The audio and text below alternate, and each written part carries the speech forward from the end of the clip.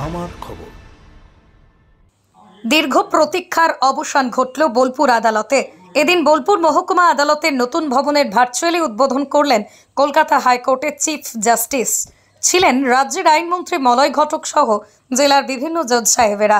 প্রায় 12 কোটি টাকা পেয়ে নতুন ঝাঁ চকচকে ভবনে বোলপুর মহকুমা আদালতে স্থানান্তরিত হলো। এতদিন জায়গা সংকলনের জন্য বিভিন্ন জায়গায় বসতে হতো জজ সাহেবদের, হয়রানির শিকার হতে হতো সাধারণ মানুষকে। রাজ্যে পালাবদল হওয়ার পর বীরভূম জেলা তৃণমূল কংগ্রেস সভাপতি তৎকালীন SRDA চেয়ারম্যান অনুব্রত মণ্ডল রাজ্যের মুখ্যমন্ত্রী মমতা বন্দ্যোপাধ্যায়ের কাছে বোলপুর আদালতের নতুন ভবনের জন্য আবেদন করেন। 2012 সালে রাজ্য সরকার রাজ্যে দুটি আদালতে নতুন ভবন করার অনুমতি দেন, কিন্তু দীর্ঘদিন হয়ে যাওয়ার পরও নতুন ভবনের কাজ সম্পন্ন করা হচ্ছিল না। ফের এই বিষয় নিয়ে জানানো হয় রাজ্য সরকারকে। প্রায় 12 বছর পর নতুন আদালত ভবনের আনুষ্ঠানিক পথ চলা শুরু হলো এদিন থেকে। স্বভাবতই খুশি আদালতের আইনজীবীরা। একই ছাদের তলায় চলে এলো এবার। আজকের আমাদের এই বোলপুর সাব ডিভিশনের যে কোর্ট আছে সেই কোর্টের জায়গা খুব কম ছিল এবং তৃণমূল সরকার ক্ষমতায় আসার পর 2012 সালে এখানে একটা বিল্ডিং করার জন্য একটা প্রপোজাল দেওয়া হয় এবং সেই মতো কাজ শুরু হয়, কিন্তু যে কোনো কারণের জন্যেই এটা অনেকটা ডিলে হয়েছে। আজকে আমাদের সৌভাগ্যের দিন এবং আনন্দের দিন, যেটা আমাদের বোলপুরে এই ধরনের একটা বিল্ডিং আজকে উদ্বোধন হলো এবং ভার্চুয়াল মোডে আমাদের লার্নেড অ্যাডভোকেটরা ছিলেন এবং হাইকোর্টের প্রধান বিচারপতি এবং আমাদের জেলা জজের যিনি চার্জে আছেন এবং আমাদের জেলা জজ প্রত্যেকে আজকে উপস্থিত ছিলেন। ওনারা কলকাতা থেকে ভার্চুয়াল মোডে ছিলেন। আজকে সমস্ত কোর্টটি এখানে স্থানান্তরিত হয়ে গেল। বিভিন্ন জায়গায় ঘুরে ঘুরে যে কোর্টগুলো ছিল, fast track court, ADJ court, JM court, সেই সমস্ত কোর্টই আজকে নতুন বিল্ডিংয়ে স্থানান্তরিত হলো। এটি 7তলা বিল্ডিং এবং লিফট লাগানো হয়েছে, সিঁড়িরও ব্যবস্থা আছে এবং সেখানে সমস্ত লয়ারদের খুব সুন্দর বসার ব্যবস্থা হয়েছে। জজ সাহেবদেরও বিচার প্রক্রিয়া চালাবার জন্য যেখানে সুষ্ঠু ব্যবস্থা ছিল না, সেটাও সেখানে ব্যবস্থা করা হয়েছে এবং আমরা প্রত্যেকেই এখানে খুশি এবং আনন্দিত। নতুন বিল্ডিং বলতে এই বিল্ডিংটা শুরু হয়েছিল 2011-12 সালে। পশ্চিমবাংলায় দুটো বিল্ডিংয়ের একই সাথে স্যাংশন হয়েছিল এই গভর্নমেন্ট আসার পর, এই প্রেজেন্ট গভর্নমেন্ট আসার পর।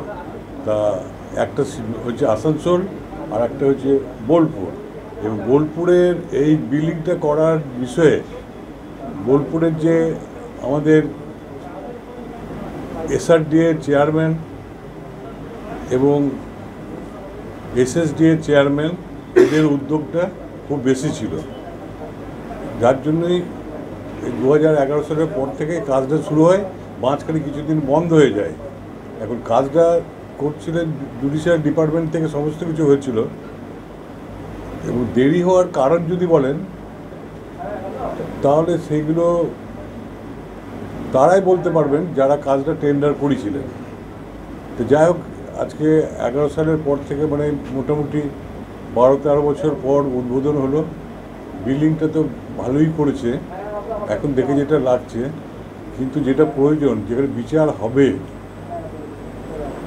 যেই এজলাসগুলোতে, সেখানে কিছু বিচারকের আরেকটু হলে ভালো হয়, কারণ বিচার ব্যবস্থাটা একটু স্লো হয়ে যাচ্ছে।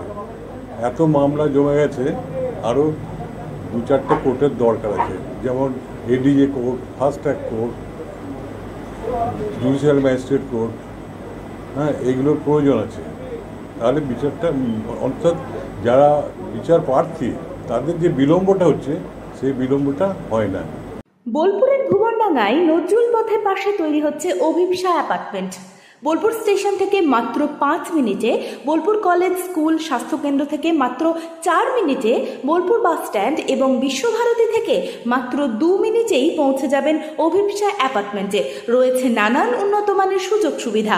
অফিসের ঠিকানা Sanvi apartment 2, ground floor, Ramakrishna road, Bolpur. Booking করতে সত্বর যোগাযোগ করুন এই নম্বরে।